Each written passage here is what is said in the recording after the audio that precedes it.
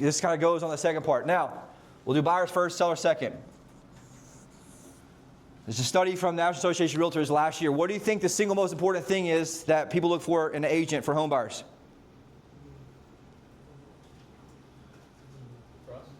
Trust. What else? Guidance. What else? Experience. Expertise.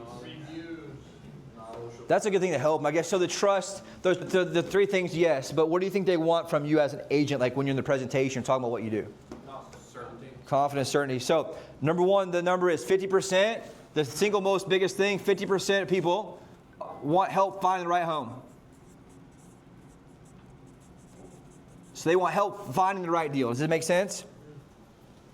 Obviously, this is kind of different than psychology, like the trust support thing. This is like the technical piece of it. What do they want?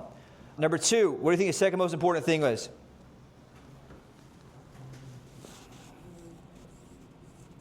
Price. Negotiating the best terms or price. So negotiation. Guess what the number was?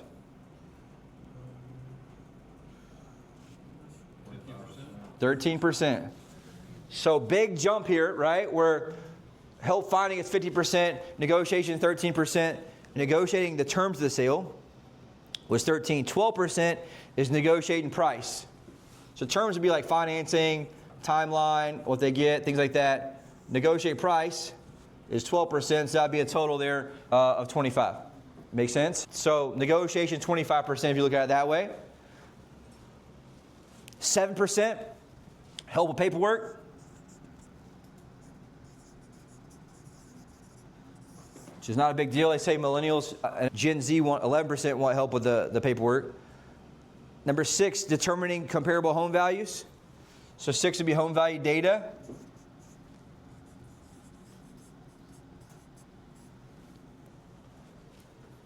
Number 4. Sorry, I meant 6%. Oh, yeah. 6%. Yeah, 6%. Yeah, number 4. So 1, 2, 3, 4, 5. So 50%, 13%, 12%, 7%. 13% negotiate terms, 12% negotiate price, 7% wanted paperwork. Number 6, data in terms of home values. We'll call it home value. Right, for that one. And then number 5, sorry, the next one was 5% determining how much they can afford.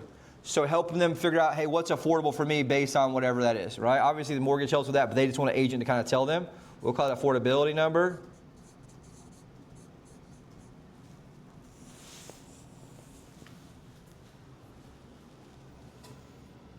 3% is help arrange financing,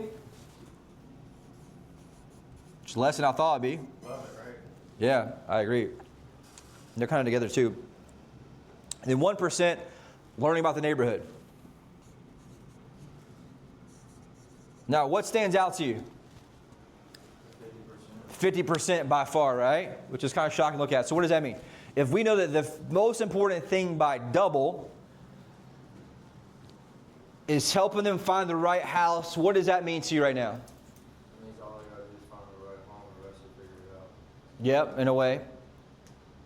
There's 2 things I need to focus on here. Number 1, I have to talk about it. Hey, Ryan, here's how I'm going to help you guys find the absolute best house for you. We have our system, but here's the crazier part. What's the second piece of that? You got to actually do it. So what does that mean? I can't rely on just automations and emails anymore. Like I said, that worked 6 or 7 years ago. Now you got to do it manually on top of that. Does that make sense? Once a week, what am I doing? Sending them one. Hand-picking properties and sending it to my client once a week. So every signed client, you need to take time and hand-pick. Why? Is it about the properties you're sending them? No. It's about what? Them seeing you take time to put attention and send them properties of what they want. That's what makes the biggest difference here. Why? Because if that's what they want, they got to see me actually doing it. Does this make sense? And I may be doing it behind the scenes, but they don't know that unless I do what? Actually do it. Scott, you had a lot of success on the buy side doing it initially. Every day you take what? Pick a couple and do what? To them text message, right? I want to do both text and email. Text because it's separate, and I'm going to say, hey, Scott, it's Blake, man, just saw this property pop up. Look like something is really good for you. Take a look, let me know what you think. Takes 2 or 3 minutes, but that's my way of doing what? Separating from the crowd. They're talking 3 or 4 other agents. Guess who they're going to go with? The guy or the girl who's sending properties manually on top of the automations. Does this make sense? If not, they can just rely on Zillow and the automations, okay? You got to make sure that you're able to do this and articulate this to them in a big way. And obviously, you talk about other stuff. Obviously, the best two are I'm going to talk about how I'm going to help you get the absolute best property that matches your criteria, and I'm helping you negotiate the best terms and price for that. This here is 75% of the whole thing. So if I know I focus my energy, 75% of the people here. Now, what's the best way to know this once I'm with them, though? I need to ask them, okay? I can't assume that they automatically want me to find them the best house is the most important thing. So what am I going to say, Bobby?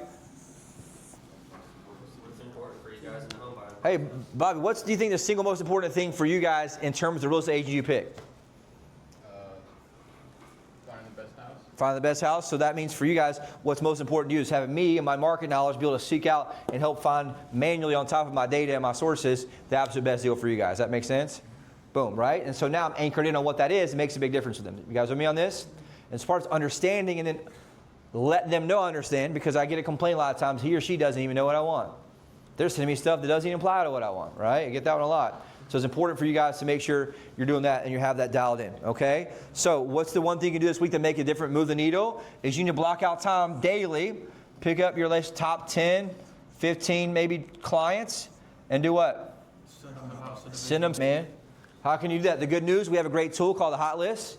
And so it's a thing, reverse prospecting, where it allows you to find out who the most likely buyer is for these properties, and you're able to kind of really do that at a high level. What's that? One thing I see on the buyer side is when you set up an e-alert for them, include your email address.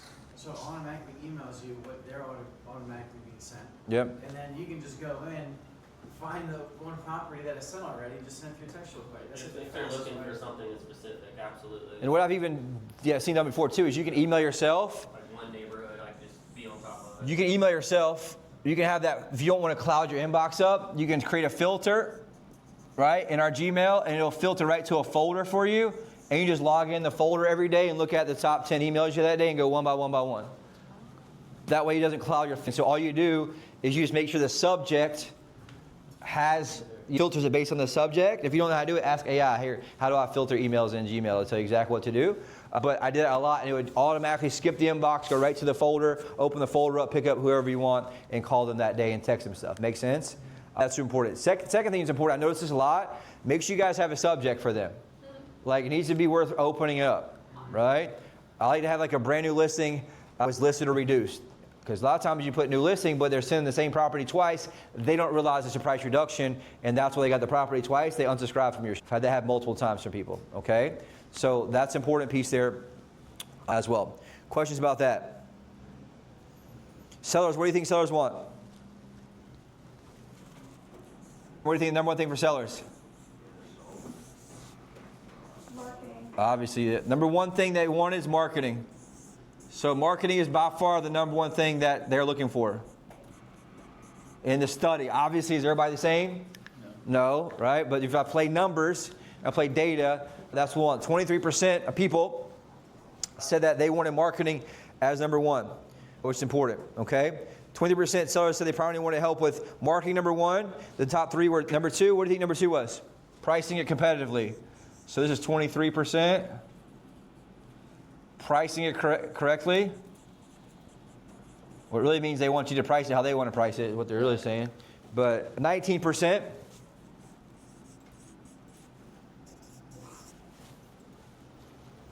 What do you think the third one was? Selling it fast. Yeah, and sell it in a specific time frame. That was kind of super important for them, right? So we'll call it sell within time frame. That's also 19%. These are the top three they had in there. Overall, really kind of the biggest ones to focus on. Does that make sense? The next ones came down to negotiation. Obviously, very similar with that. So you're going to talk about your negotiation strategy, kind of how you do it, things like that, which make a big difference. The good news is, too, it says, NAR survey finds that the percentage of sellers using an agent is at all-time high, which is helpful with that, which is pretty good. Here's some other data for you.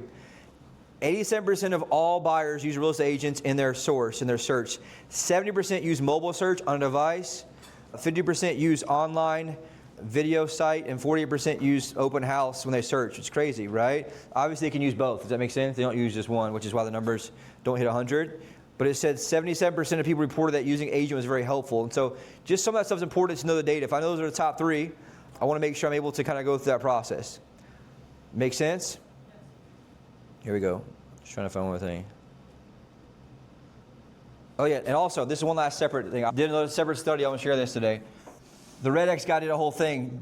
When properties expire, what do you think the number one emotion that home sellers have? This is a good way to keep your people from expiring too. Anger, but anger, yes, but it comes from something else. Frustration. What else? Fear of missing out. They surveyed like hundreds of them, and they actually had them on video. And it's actually on the Red X website if you want to see it. But what's the number one emotion that every home seller experiences? Disappointment in their agents. Desperation. Deeper. Fear. Embarrassed. They're embarrassed, and that's where the anger comes from. Because they're embarrassed, which means they want to do what? Blame, right? And so what happens is they've told their neighbors they're moving for 6 months. They told their friends they're moving for 6 months. And all of a sudden the sign comes out the ground, and guess what? They're not moved. And that embarrassment is what creates the anger. And now guess what happens on top of that? They get 1,000 phone calls the next day from every agent. And so I was thinking about this, if you get somebody who gets to the end of that, guess what? You're going to start pitching a little bit. What's going to happen? Yeah, you guys know what happens typically after the property expires. I know you said you want to go a different direction, but guess what? Once a property comes on the market, it goes to this thing expired list, and guess what happens? You get thousands of phone calls day after day after day after day where you have these agents who are calling you over and over and over multiple times per day, and text messages. Most home sellers say it's miserable. And it shows up as an expired listing, which for many home sellers is embarrassing, and it hurts them when it comes back on the market because they saw it expire previously and something may be wrong with it. How about we go ahead and give it 3 more months, see if I can get this job done for you, and you give me one more shot to get it. And that's one more push for you to do.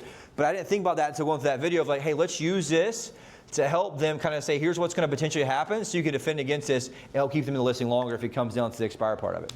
Because there is a disadvantage of showing up expired, coming back on in many cases. And I'd say many buyers, what do you think they're going to do? They're going to ask what's wrong with this property. We both know the price is a little high, a little bit too late. We finally just corrected it this last month. And as you know, we had 9 showings. A lot of interested people. How about give me 30 more days or 60 more days, 9 more days, try to get this done for you. That's where I pitch the expired listings that are about to expire. Make sense? Any questions from that? All right, that's pretty much the one thing that I really have for you guys.